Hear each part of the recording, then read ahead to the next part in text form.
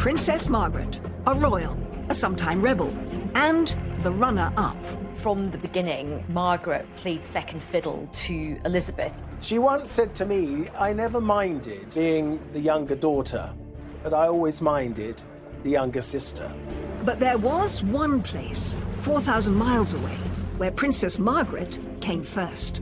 The Caribbean island of Mustique. On Mustique, everyone treated her as if she was the most important person in the world. She was able to do things there that she couldn't possibly do at home. I think it did revolve around her. We always wanted her to enjoy herself. In this programme, Princess Margaret's lady-in-waiting and closest friend, Lady Anne Glenconnor, reveals what life was really like during their times together on the island. In the early days... Every day we took a picnic to a different beach. We lived off sort of baked beans and things like that. And the heydays. She said, I've got flying mice in here. I know she liked to drink, but I didn't think she drank all that much. And insiders and experts discuss the glamour and excesses of Margaret's Caribbean retreat. The hedonism, the partying, the love affairs. People disappeared to the beach to have sex. This was the kind of extravagant thing that was to become typical. But her glitzy Mustique lifestyle would come at a price. The Queen said, what are we going to do about my sister's gutter snipe life? Every time she enjoyed somebody's company, Peter immediately said, oh, she's having an affair with them. And Margaret's decadent island life put her in the public spotlight for all the wrong reasons. There's a lot of criticism that she's off having a jolly in Mustique on the taxpayers' expense. But through all the highs and lows of her years on Mustique, it remained the one place that Margaret could escape from the shadow of her sister. It was the only place in the world where she actually had a home that she could call her own.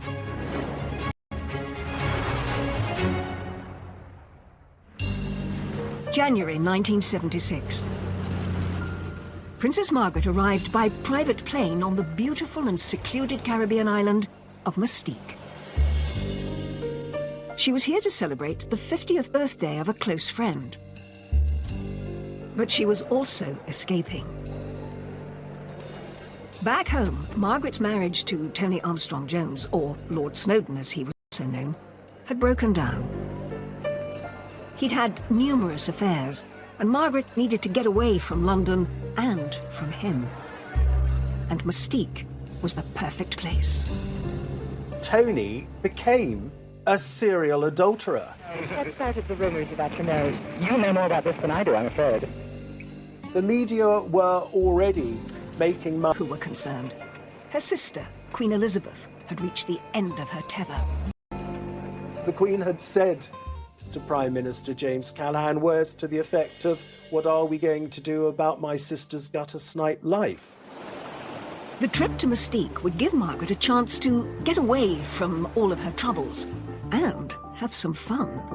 Princess Margaret liked excess, and key to all this is that she was the centre of attention. The island was owned by Colin Tennant, later known as Lord Glenconnor, who had bought it in 1958 for £45,000. He'd always had this dream about having a proper island, I think. And Princess Margaret was so wonderful because she went along with Colin's dream. She encouraged it. Colin and Anne Glenconnor had always been part of Princess Margaret's social circle. Anne, his wife, was an extremely close friend of Princess Margaret, and she also became a lady-in-waiting. I've known her, really, ever since I was about 3. My family were always great friends of the royal families. Colin Tennant's 50th birthday was going to be a huge, excessive and glamorous party. He was an ace putting on parties, and he was really only happy when he was doing that. You could do whatever you liked. People disappeared to the beach to have sex, skinny dipping in the sea, and this was the kind of extravagant thing that was to become typical. He was like a ringmaster, really, in a circus, arranging everything and controlling everybody and don't do this and don't do that. The star-studded party was the epitome of opulence and a world away from the stuffy life of the royals back in the UK.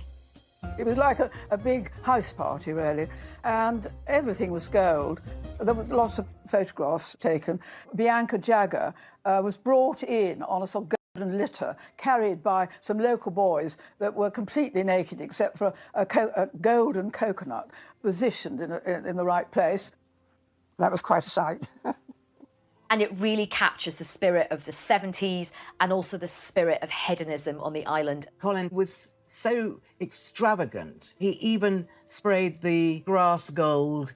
His wife, Lady Glenconner, sprayed her face gold and then regretted it afterwards because it was deeply unflattering. It was terrible because every time I moved my face or smiled, the whole of my face was cracked in a very unbecoming fashion. And Colin kept on saying, "Aren't you enjoying yourself?" I said, "Yes, I am, Colin, but I can't smile." Of course, the belle of the ball was Princess Margaret. She had the most beautiful dress that we'd had made for her, so she was thrilled. Turban on. It was Colin's party, but Princess Margaret ruled the roost, as she usually did on Mustique. It was a welcome break from the royal pecking order. Princess Margaret, a royal, a sometime rebel, and the runner-up. From the beginning, Margaret played second fiddle to Elizabeth. She once said to me, I never minded being the younger daughter, but I always minded the younger sister. But there was one place, 4,000 miles away, where Princess Margaret came first. The Caribbean island of Mustique. On Mustique, everyone treated her as if she was the most important person in the world. She was able to do things there that she couldn't possibly do at home. I think it did revolve around her. We always wanted her to enjoy herself. In this programme, Princess Margaret's lady-in-waiting and closest friend, Lady Anne Glenconner, reveals what life was really like during their times together on the island. In the early days... Every day we took a picnic to a different beach. We lived off sort of baked beans and things like that. And the heydays. She said, "I've got flying mice in here." I know she liked to drink, but I didn't think she drank all that much. And insiders and experts discuss the glamour and excesses of Margaret's Caribbean retreat. The hedonism, the partying, the love affairs. People disappeared to the beach to have sex. This was the kind of extravagant thing that was to become typical. But her glitzy Mustique lifestyle would come at a price. The Queen said, "What are we going to do about my sister's gutter snipe life?" Every time she enjoyed somebody's company, Peter immediately said, "Oh, she's having an affair with them." And Margaret's decadent island life put her in the public spotlight for all the wrong reasons. There's a lot of criticism that she's off having a jolly in Mustique on the taxpayers' expense. But through all the highs and lows of her years on Mustique, it remained the one place that Margaret could escape from the shadow of her sister. It was the only place in the world where she actually had a home that she could call her own.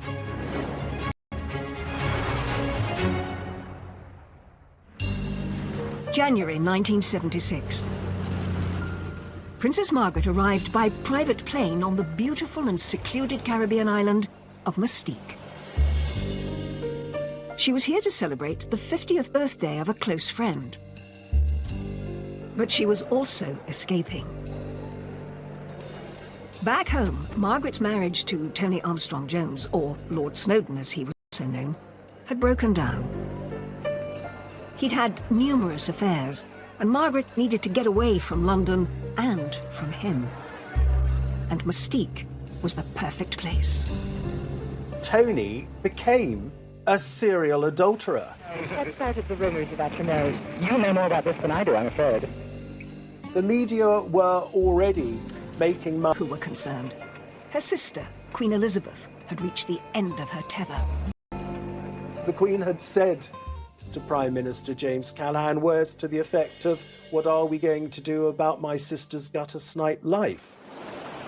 The trip to Mustique would give Margaret a chance to get away from all of her troubles and have some fun. Princess Margaret liked excess, and key to all this is that she was the centre of attention.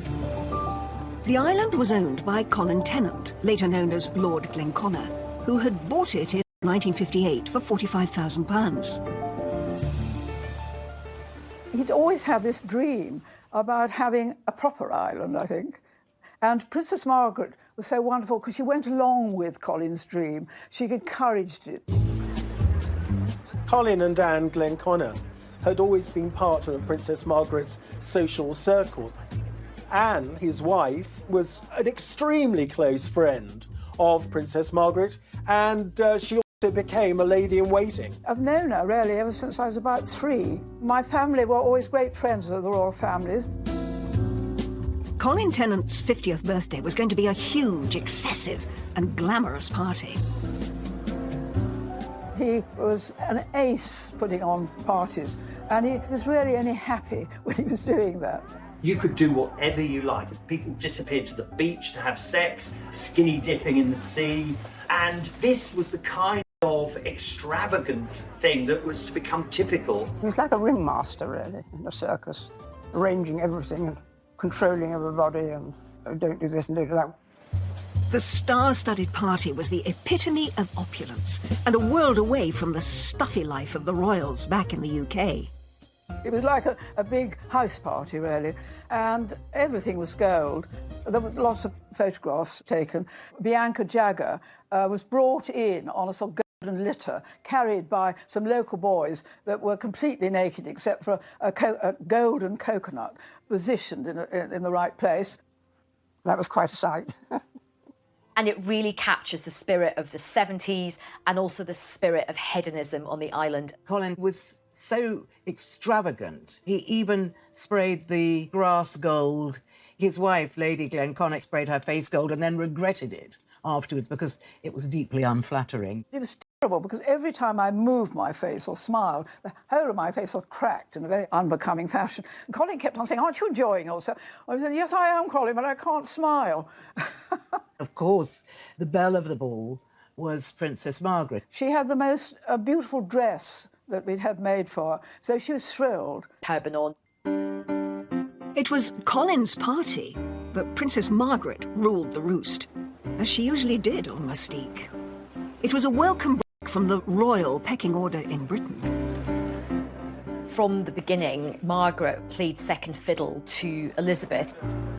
I think it's really difficult for Margaret. You know, she is an extrovert, she's quite an alpha type, and I don't think she takes kindly to playing second fiddle.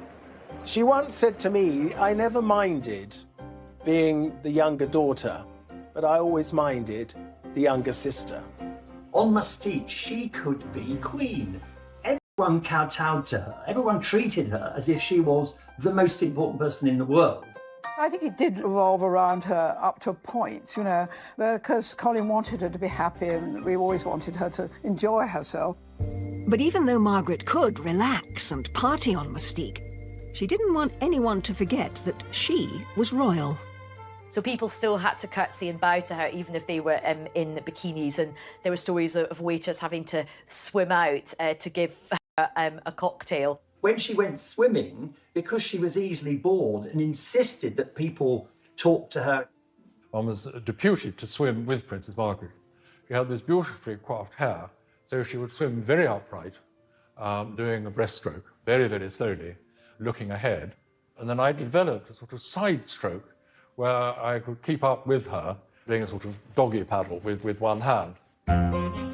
By the time of Colin Tennant's party, Mustique had become Margaret's very own pleasure kingdom, a centre of glamour and excess, and a refuge from her troubles back home. But when she first visited, back in the early 60s, life on the island was shockingly different.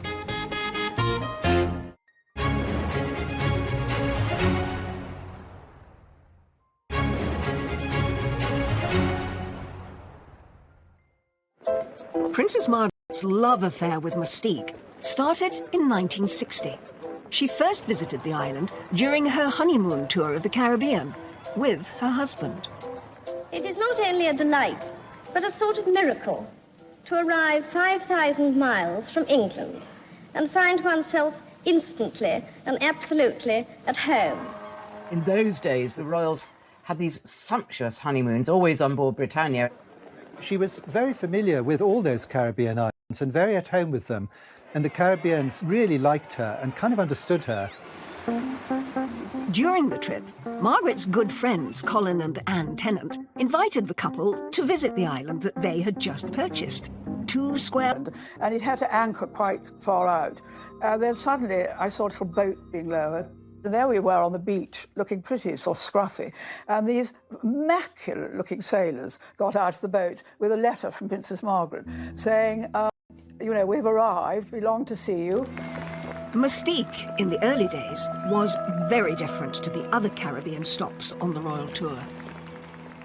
When they visited, it was just in its natural state of scrubland. The island was incredibly basic, didn't have really many people there, didn't have running water or electricity. The whole place would have been completely overgrown. She would have been bitten alive by mosquitoes, but indeed the sand was still white and lovely and the sea was a turquoise blue. Every day we took a picnic to a different beach. We set up a little tent, like a sort of Boy Scout tent, and we spent the day there. And the food, I mean, you know, because the royal family always have the most delicious food and sort of tremendous chefs in their kitchens. And we had one very old lady who really couldn't cook at all, or she just could open tins. So we lived off sort of baked beans and things like that. But, you know, what was so lovely about Princess Margaret, people criticised her, say how difficult and spoilt she was. Well, she certainly wasn't spoilt when she first came to Mustique. During their brief stay, Colin and Anne took Princess Margaret and Tony on a tour of the island. There were no cars. We had a tractor and a trailer, and when Princess Margaret came, we strapped garden chairs onto the trailer. Over drinks that evening, Colin and Anne realised they hadn't got the couple a wedding present.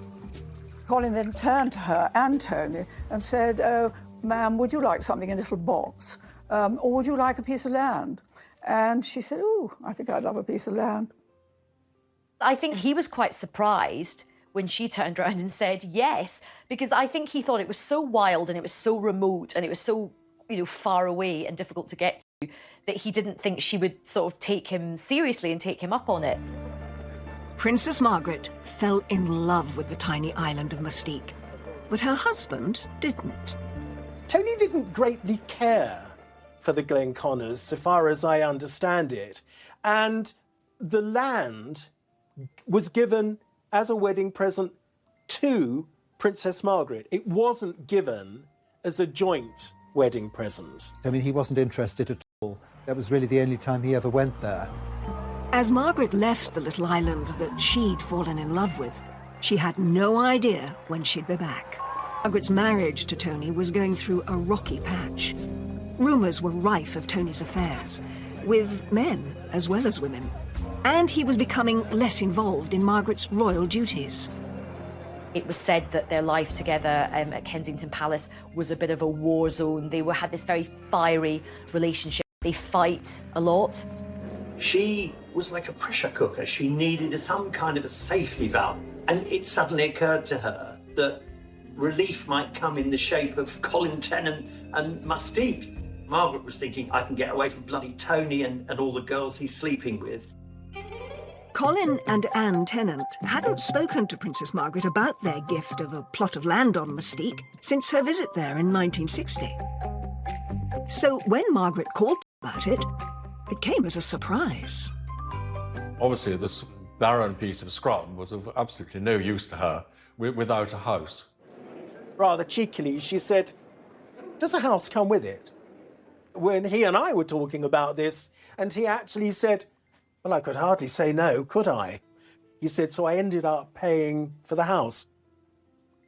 Margaret was famously tight-fisted. If she could avoid paying for something, she would. And of course, she knew that Colin Tennant didn't mind at all. You know, Colin wasn't a poor man. He had the money, he could afford to do it. Towards the end of 1968, Princess Margaret flew out to Mustique to start making plans for her Caribbean home. Colin and I were very nervous about having to stay because, you know, I mean, she had been used to being, you know, living at Kensington Palace and Windsor and Sandringham and Balmoral, you know, and there she was going to stay. And at that time, our main house had burnt down and we were living in a sort of prefab. I mean, it was really, really simple. Quite a journey to get there. You had to fly to Barbados and then fly to St. Vincent and then had to take a boat. The sea is quite treacherous there, actually. It could be very choppy. The island was pretty wild still at this point. She just got stuck in. Roughing it on Mustique in his early days did mean just rigging up a sort of Heath Robinson contraption of a shower. She had to go outside, stand under a tree where we had a bucket. The bucket had holes in it. They filled up the bucket and she stood underneath. The water was like the water in Scotland. She probably recognised it from the Balmoral area. It was orange. There was so much clay in it. There's a story about how at night these huge mice start to try and sort of throw themselves at the mosquito net. I remember the first time she went to her room, to bed, and I was sort of tidying to her bedroom. And she said, "I've got flying mice in here." And I said, "Ma'am," I knew she liked to drink, but I didn't think she drank all that much. But it was quite true. There were these tiny mice, and they ran up the mosquito nets and jumped from one, because there were two beds in her room, from her bed onto the other one. And I think she told the Queen, who simply didn't believe her, because I remember when I then next saw the Queen, she said, "Margaret had the most extraordinary story about flying mice." And I said, well, actually, it was true. There was no easy way for Princess Margaret to get to her plot of land, so she was forced to walk up to it. They had to trek along narrow paths where she might easily have got the royal legs scratched a bit. We dressed her in Colin's pyjamas, we tied string round her ankles and wrists, and out we went to find where we thought she'd like to build a house. So we had this wonderful picture of the Queen's sister in what presumably were oversized pyjamas, trekking over this very rough territory in very high temperatures. It's perched up very high with a wonderful view over the sea below and over the bays and things. And so it must have been heaven to be up there. When Margaret saw the land, it said she wasn't totally happy with the size of it. We suddenly saw her taking the pegs out and disappearing off into the jungle. And Colin said, "What are you doing, ma'am?" And she said, "Well, I think I need a bit more land." So Colin said, "Why?" And she said, "Well, I've got to have gatehouses for my security." She was very keen to have Oliver Messel designed the house, partly because she loved his designs. He was an eminent theatrical designer, and she'd seen his house on Barbados and loved it. It is extraordinary that as Princess Margaret demanded more and more, she demanded perfection when the house was being designed. I don't think it ever occurred to her to offer to pay for some of the work. As work on Margaret's house got underway, Colin Tennant picked up the bill for everything.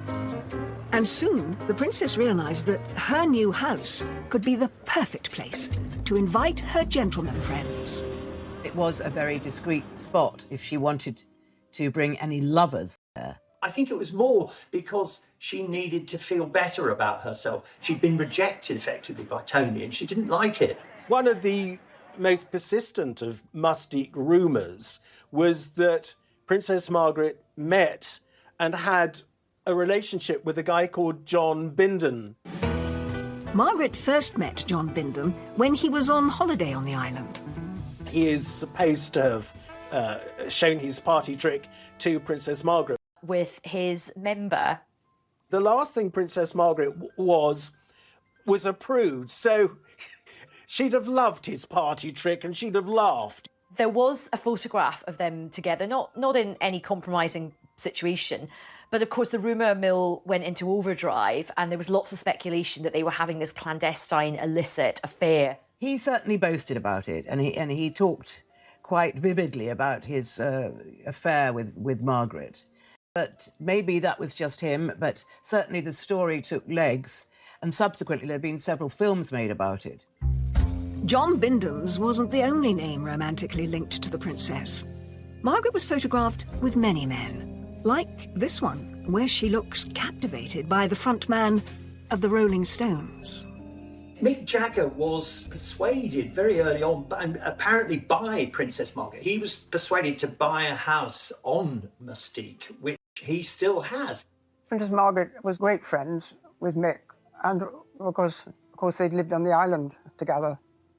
People said they had an affair. I think it's absolutely untrue. Every time she enjoyed somebody's company or laughing with them or dancing with them, you'd immediately said, "Oh, she's having an affair with them."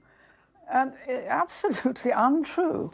There were always tons of rumours circulating about what was happening in Mustique because it was such a party island and everybody just mixed. Everybody would go to each other's houses.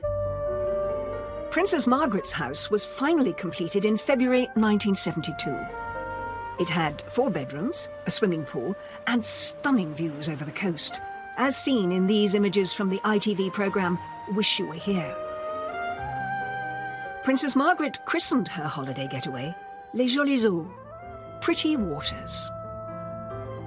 It was most often described as a villa, the princess's Caribbean villa. And she didn't like that. She said, a villa? It's not a villa. It makes it sound like something you'd find in Brighton. She said it wasn't a villa, it was a single-storey house. It was amazing that she built a house, and that, of course, encouraged other people to come. Interesting thing is it was really the only home she ever actually owned, because in London she lived at Kensington Palace, which is not, which is just where princes and princesses live, but they didn't own those places themselves.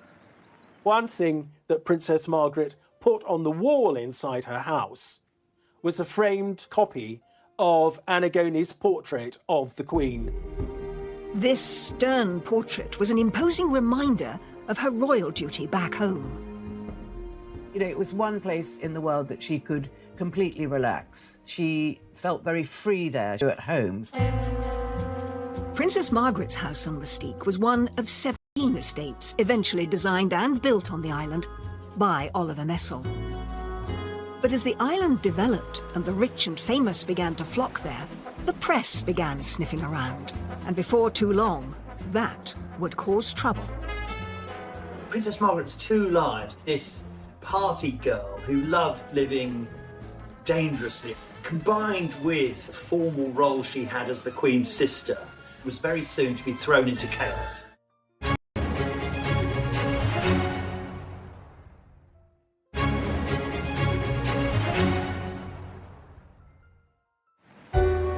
Mustique had become Princess Margaret's special hideaway, not just from her royal duties, but from her marriage too, which was now in serious trouble. She was very angry about the allegations of his indiscretions, so I think she decided that she needed somewhere that she could escape to. But it wasn't just Lord Snowdon who was doing affairs. The princess now was seeking solace of her own outside the relationship, and word had reached the palace. The Queen would have known about the rumours surrounding her sister. She would have got involved because we know the Queen has always worried enormously about the reputation of the royal family. But also we have to take the personal view. The Queen has always been very protective of her sister. And there was one relationship in particular that had been noticed. It began in 1973 when Princess Margaret met Roddy Llewellyn. Roddy Llewellyn was originally produced as a sort of spare man by Anne Glenconner at a house party in Glen. We were at Glen in Scotland, and it so happened that some young man dropped out, and we wanted to get the numbers straight. And I said to Colin, what are we to do? And so he said, well, I've got an aunt called Violet Wyndham. She was called Aunt Nose because she had a very big nose and knew everybody in London. So I rang her up and I said, by any chance, do you know anybody that might like to come up? And she said, well, actually, as it happens, there's a young man called Roddy Llewellyn. I think Princess Margaret knows his father. And it just was, I suppose, love at first sight. The princess herself was desperately unhappy. Meeting Roddy gave her back everything. They got on well. They used to sit in the drawing room playing cards together. And I remember going for a walk quite early on with Roddy, and he said, Princess Margaret's so beautiful. Didn't realise she was so beautiful, her eyes. And I just said to him, perhaps I shouldn't. I said, well, Roddy, you tell her, not me. I think Roddy's vulnerability version of her husband. This intimate picture from Lady Anne Glenconner's selection shows them together in the early days of the relationship. They managed to keep things secret largely thanks to Margaret's house on Mustique. It was the most wonderful place for her, for them to be together. Well, I think the Mustique is a perfect place for anybody who's having a love affair. It's a perfect setting for that, because you've got the privacy, you've got the, all the beautiful weather and the beaches, Mustique gave the couple privacy and protection far away from prying eyes. He was always finding shells or doing something in the garden, because of course he was a gardener. They were always sort of doing something together. Then, at some point in 1976, a press photographer arrived on the island. Colin Tennant had been a very jealous monitor of who could and who couldn't visit Mustique. But he had at some time then decided it was good for business to have upmarket groups visit the island. But in 1976, unknown to anybody on the island, one member of the group that had been allowed to visit was one of Rupert Murdoch's employees, an Australian journalist. And he seized the moment with his long-distance lens. The photograph was taken, it was sent back to London, so the relationship became public knowledge. The photo, published in the News of the World, stunned Britain. It's pretty evident that they are in an intimate relationship and they're very, very close to each other. You can just tell that from the body language. But I think it was a pity it got out, you know. Prying into people's privacy. That's what the press do, don't they? The photo of Roddy and Margaret gripped the nation, and the press went into a frenzy. Lord Snowdon, Princess Margaret's husband, was overseas at the time. I'm naturally desperately sad in every way. He was furious because he looked like he'd been cuckolded by a younger man, and that didn't appeal to his vanity. Lord Snowdon, is there any hope of a reconciliation? Thank you, Lady Smith. It gave him the opportunity, in a sense, to look slightly like the wronged husband, which, of course, was very far from the truth. It was the final straw, really, in the marriage, because the following month, in March of 1976, Princess Margaret and Lord Snowdon officially separated. Although Margaret had endured years of infidelity, the public and the press now turned against her. In a sense, it opened the floodgates to press criticism and general criticism. They would sell more newspapers if they wrote about a princess behaving badly. They were on the lookout ever after for princes and princesses who were behaving badly. This ushered in, I think, a greater level of press intrusion into the royal family. After the images of Roddy on Mustique emerged, talk turned to the possibility of the first royal divorce in 4 centuries. It was a bruising time for Princess Margaret. She had lost public support because I think people were quite horrified by the Roddy Llewellyn affair. So, you know, her rating with the public had fallen hugely. Once again, Margaret turned to her sanctuary, Mustique. Margaret's separation had put pressure on her relationship with her sister, who'd always hoped that the marriage could be saved. But in 1977, the Queen paid a visit to her sister on Mustique. The Queen was on a Silver Jubilee tour of the Caribbean. She still had the Royal Yacht Britannia, so they were able to pay Princess Margaret a visit. Margaret was absolutely delighted when the Jubilee tour of 77 brought the Queen and Prince Philip to Mustique. I mean, she'd been longing to show her sister her house. You know, Colin was so excited to have them there, of course. Well, we were all absolutely thrilled, I can't tell you. Colin nearly fainted with pleasure, but he thought he'd never get the Queen to come to Mustique. But it was tremendous. Anwar Hussain was one of the few photographers permitted to capture the extraordinary moment. The Queen visited her sister on the island. Queen was on Britannia, and I had a number of the PR. I rang him and I said, look, we want to come, and it's a historic moment. Queen has never been to Mustique, and they like these sort of pictures I did of Queen looking more natural. It would be Queen Elizabeth's first time on the island that had meant so much to her sister over the years. They had a little boat to bring them into a little jetty.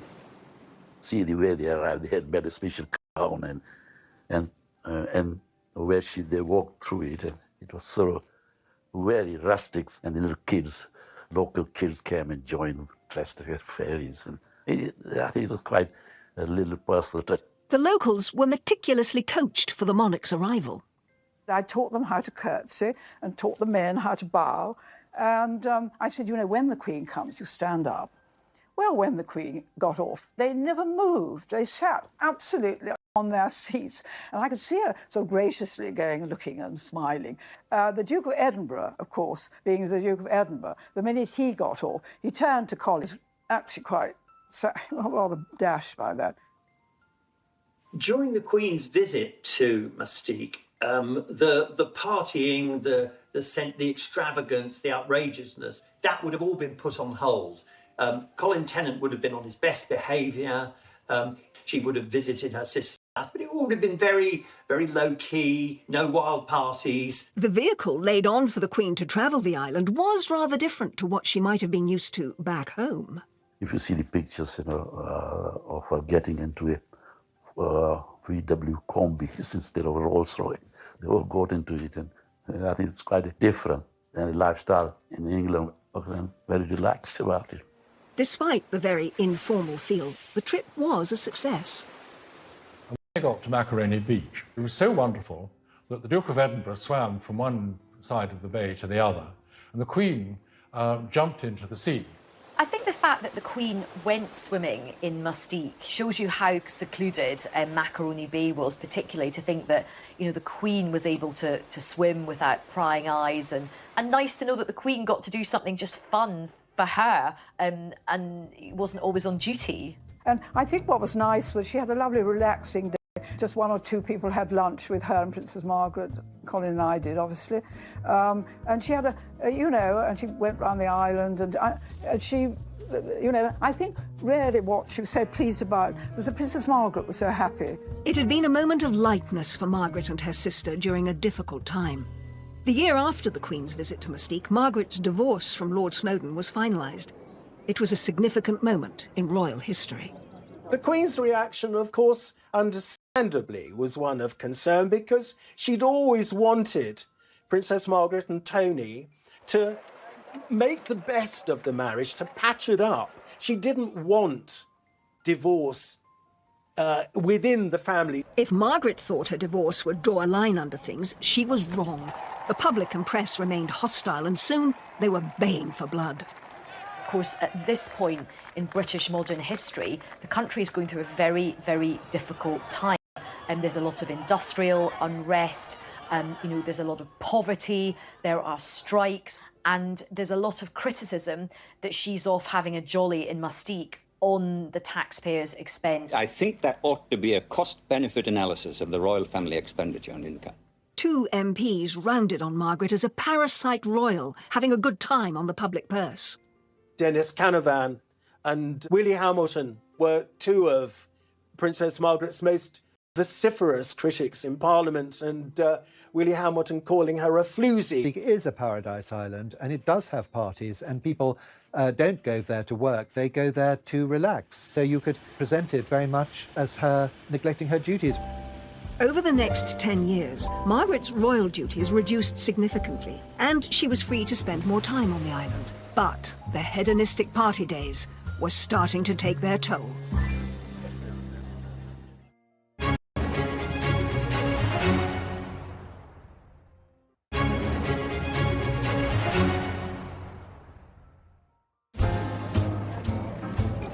After a turbulent time on and off Mustique during the 1970s, Princess Margaret finally separated from Roddy Llewellyn in 1980. The princess's relationship with Roddy had lasted for 8 years. But in 1981, he married a very charming and talented lady called Tanya Soskin. She knew Roddy wanted to get married. She accepted it. She made friends with his wife so that, she would be able to see him again. And when he had his 3 lovely daughters, she was always interested in them. Margaret remained officially single for the rest of her life, but she still loved a good party. And in 1986, Colin Tennant hosted a celebration for his 60th birthday on Mustique. And it was a glamorous and opulent affair. Colin had chartered this enormous, great 400-foot sailing vessel. And so, again, the great and the good were treated to a week of wonderful parties, culminating in the Peacock Ball.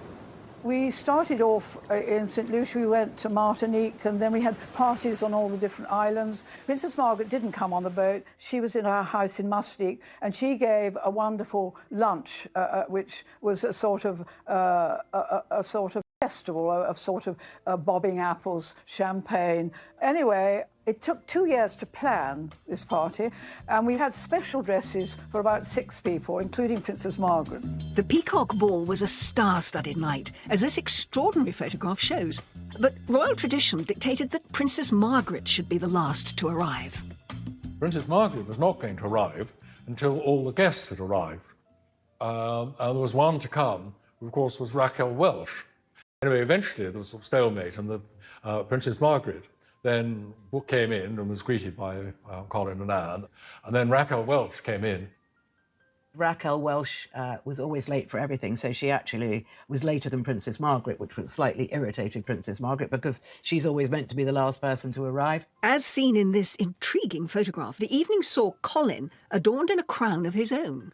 The culmination was the crowning of Colin as the King of Mustique, Northern Territory. Though what these remarkable pictures don't show is that there was also lots of alternative entertainment available. Effectively, pornographic films were shown, and it's difficult to know what Margaret would have made of the adult films. But I think by now she thought, well, whatever I do, there's a chance that someone will find out, and I need to live my life, so I'll take the risk. It would be one of the last great Mustique parties that Colin would throw and Princess Margaret would attend, as her hedonistic lifestyle would eventually catch up with her.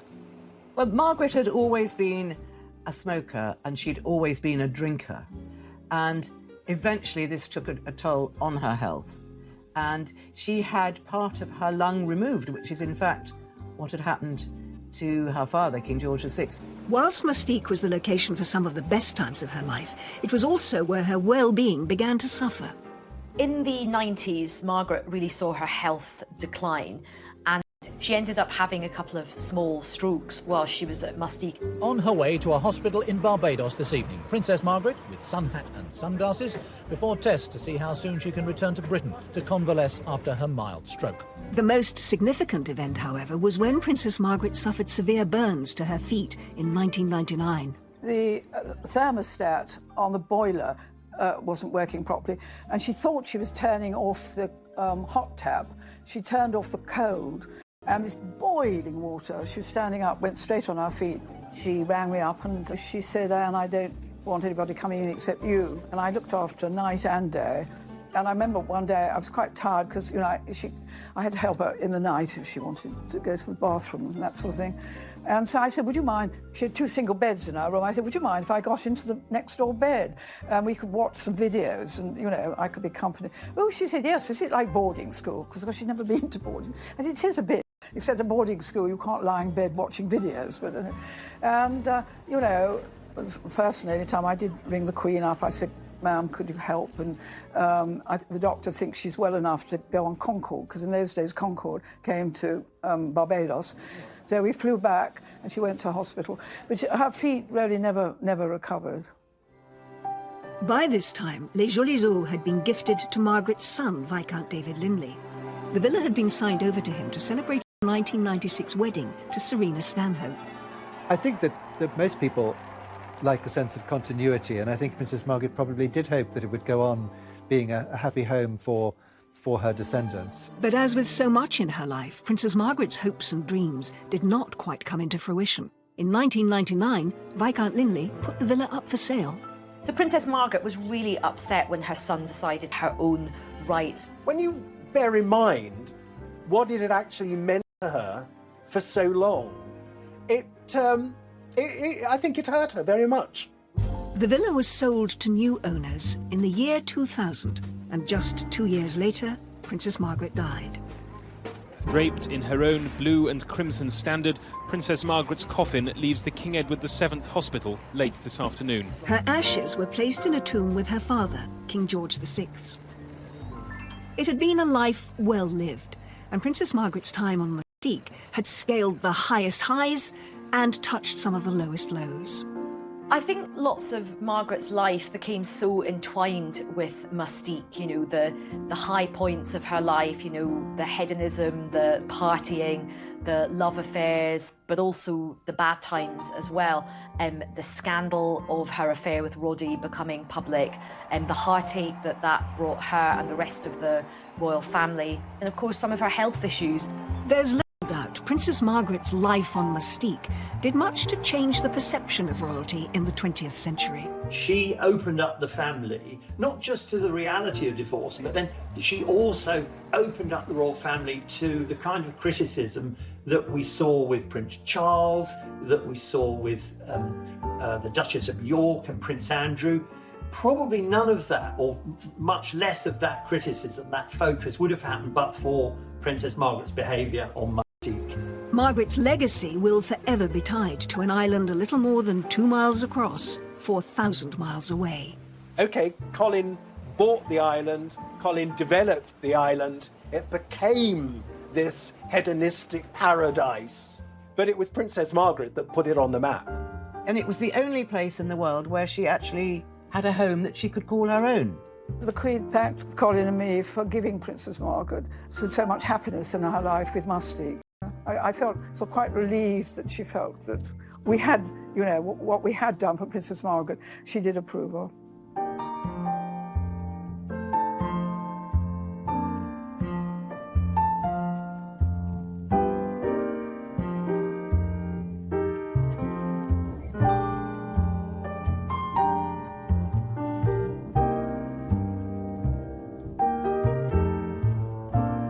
By some local boys that were completely naked except for a golden coconut positioned in the right place. That was quite a sight. And it really captures the spirit of the 70s and also the spirit of hedonism on the island. Colin was so extravagant. He even sprayed the grass gold. His wife, Lady Glenconnick, sprayed her face gold and then regretted it afterwards because it was deeply unflattering. It was terrible because every time I moved my face or smiled, the whole of my face was cracked in a very unbecoming fashion. And Colin kept on saying, "Aren't you enjoying yourself?" I said, "Yes, I am, Colin, but I can't smile." Of course, the belle of the ball was Princess Margaret. She had the most beautiful dress that we'd had made for her, so she was thrilled. Turban on. It was Colin's party, but Princess Margaret ruled the roost, as she usually did on Mustique. It was a welcome break from the royal pecking order